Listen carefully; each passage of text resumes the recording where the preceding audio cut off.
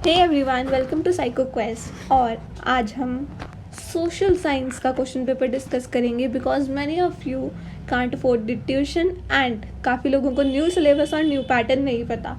So it is my initiative to help all of you. So let's get started. Who among the following was the founder of Young Europe in Berne? Underground society थी, Giuseppe Mazzini ने start की थी ये society, Young Europe in Bern and Young Italy in Marseilles. Basically ये society revolutionaries की थी। And what do you mean by revolutionary? Revolutionary का मतलब विद्रोही, लाइक आर भगत सिंह, जो कोई न्यू चेंज लाना चाहता है। एंड कुसीपी मजीनी लाना चाहता था democracy. He wanted that everyone be united. And the next is, which of the following was the result of the Act of Union 1707? तो बेसिकली ग्रेट ब्रिटेन की यूनिफिकेशन हुई थी। अब एक्ट ऑफ यूनियन 1707 के अंदर ग्रेट ब्रिटेन की unification हुई। Great Britain का मतलब क्या है? ग्रेट ब्रिटेन कहते किसको हैं? यूजुअली सबको ये कन्फ्यूजन होती है कि Britain is only England, but actual में ये 4 छोटे छोटे देशों से बना है। England, Scotland, Wales and Ireland. Great Britain इन सब से बना है।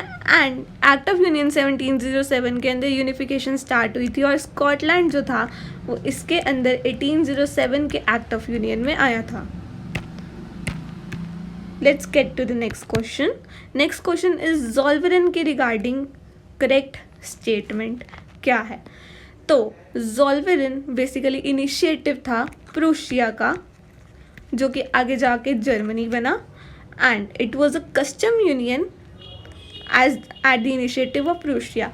अब आप सबको ये कन्फ्यूज़न होगी कि कस्टम यूनियन क्या होता है। सो कस्टम यूनियन इज़ जो हम टैक्सेस देते हैं, राइट? अलग अलग एरिया में अलग अलग टैक्स बनना पड़ता है। उस टाइम पे प्रूशिया या जर्मनी, ठीक है, उसके 30 कॉन्फेडरेसीज होती थी। अब आप पूछोगे कॉन्फेडरेसीज क्या होता है? सो कॉन्फेडरेसीज का मतलब होता है छोटे छोटे यूनिट्स में वो डिवाइडेड था, बहुत छोटे छोटे यूनिट्स में। तो उनका कस्टम यूनियन और उनकी करेंसी एक होनी बनती थी। Next question, Which of the following countries were involved in 3 wars with Prussia? Prussia मैंने आपको अभी बताया कि वो जर्मनी के अंदर ट्रांसफॉर्म होना चाहता था। And ended with the victory and unification of Germany. वो 3 वॉर्स थी, ऑस्ट्रिया, डेनमार्क और फ्रांस के बीच, जिसके बाद जर्मनी फाइनली यूनिफाई हो गया। अब एक और क्वेश्चन, क्या आपको पता है कि जर्मनी की यूनिफिकेशन प्रोसेस कब से स्टार्ट हुई थी और कब से ख़त्म हुई थी? Please comment it in the answer box. Next question, identify the ideology under which people demanded freedom of markets in the early 19th century. भाई इसका मतलब है लिबरलिज्म। मार्केट्स को फ्री छोड़ दो, उसको या तो लिबरलिज्म बोलेंगे। और एक नया शब्द आपको सिखाती हूँ जो मे भी आपको ग्रेजुएशन के अंदर मिले, but knowledge is a great thing, which is losses fair, जिसके अंदर वो यूजुअली कहते हैं कि government please don't interfere in are business. But unregulated business भी बहुत नुकसानदायक हो सकता है, जिसकी वजह से अमीर या रिच और ज़्यादा अमीर हो जाते हैं एंड गरीब और ज़्यादा गरीब हो जाते हैं। अब the next question is, which choose the correctly matched pair about the crops and the area in they are grown in। अब भाई करेक्टली मैच कौन सा होएगा? ग्राउंडनट असम में उगता है ना, टी गुजरात में उगती है ना, असम में उगती है। कॉफ़ी कर्नाटका में यस उगती है। And basically it is grown on laterite soil, जो कर्नाटका में काफ़ी क्वालिटी के अंदर, क्वांटिटी के अंदर होता है। The piece of land left uncultivated, उसके ऊपर कोई भी कल्टिवेशन नहीं की गई 1 से 5 साल के एग्रीकल्चर ईयर्स में, इसको बोला जाता है फैलो लैंड। बेसिकली इसका पर्टिकुलर नाम है अदर देन करंट फैलो।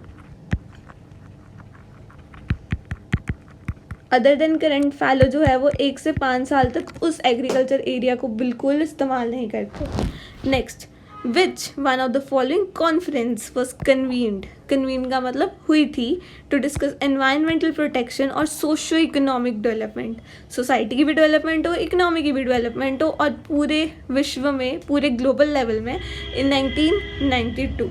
सो रियो डी जेनेरियो समिट, जिसको अर्थ समिट भी बोला जाता है, ब्राज़ील के अंदर, जहाँ से हमने सस्टेनेबल डेवलपमेंट का कॉन्सेप्ट स्टार्ट किया था, वो है इसका answer. India has land under a variety of relief features. Relief का मतलब कुछ प्लेन्स होते हैं, कुछ प्लेटूज होते हैं, कुछ आइलैंड्स होते हैं, कुछ माउंटेन्स होते हैं। Which of the following feature ensure perennial flow of some rivers. Perennial का मतलब पूरे साल वो फ्लो करती रहती हैं रिवर्स। दो टाइप की रिवर्स होती हैं, एक पेरेनियल जो पूरे साल फ्लो करती है, और एक होती है सीजनल जो एक पर्टिकुलर टाइम पे फ्लो करती है। Provides facilities for tourism and ecological aspects. भाई टूरिज्म गर्मियों में कहाँ जाने का मन करता है? माउंटेन्स के अंदर, माउंटेन से रिवर का फ्लो होता है, तो इसका आंसर बहुत ईजी था। Which one of the following human activities has contributed significantly in land degradation. इंसान ने भाई ऐसा क्या कर दिया है कि पूरी लैंड खराब हो चुकी हुई है? It is deforestation. अब हम देखते हैं कि बाकी ऑप्शंस क्यों नहीं। क्रॉप रोटेशन से तो भाई लैंड की फर्टिलिटी बढ़ती है। शेल्टर बेल्ट्स का मतलब होता है कोई एरिया जिसके यहाँ पे हमने क्रॉप लगाई, यहाँ पे हमने छोटे से दूसरे प्लांट्स लगा दिए, जिसकी वजह से वो मिट्टी जो है भागकर कहीं और नहीं चली गई। और प्लोइंग का मतलब होता है जब हम एग्रीकल्चर करने लगते हैं तो उसके अंदर